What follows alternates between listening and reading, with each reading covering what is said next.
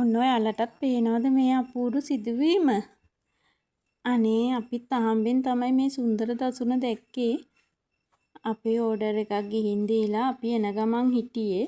ඉතින් මේ වගේ ලස්සන දෙයක් නොදැක්කා වගේ යන්න බැරි නිසාම අපි ටිකක් නතර වෙලා ඔයාලටත් බලන්න වීඩියෝ එකක් අරගෙනම ආවා. ඇත්තටම හරිම ලස්සනයි.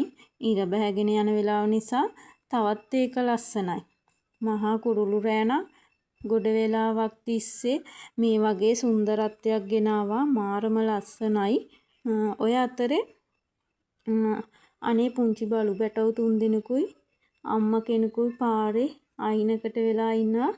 ඔයාලට පේනවා ඇති අසරණ වෙලා ඉන්න ඒ බලු පැටව් 3 දෙනයි අම්මවයි. ඔන්න ඉතින් ඔයාලා බලනවා ඇති අපි මේ එකපාරටම හදිස්සියේ කොහෙද මේ දුවන්නේ කියලා. අනේ ඉතින් මේ අසරණ වෙලා ඉන්න අර බලු පැටවුන්ට කෑම ටිකක් අරගෙන එන්න තමයි ඒ අපි දුවන්නේ. ඔන්න අපේ චූටි පැංචයි අපි දෙන්නත් එක්ක ගිහිල්ලා කෑම ටිකක් අරගෙන ආවා. කෑම ටිකක් ගෙනත් දීලා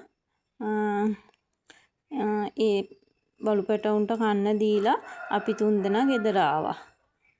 ඉතින් ඔයාලටත් මේ වීඩියෝ එක කොහොමද කියලා කමෙන්ට් එකක් දාලා තව කෙනෙකුට බලන්න ෂෙයා කරගෙනම යන්න. එහෙනම් ගිහින් එන්නම්. නැවත වීඩියෝ එකකින් හම්බ වෙමු. සුබ දවසක් ඔයාලට.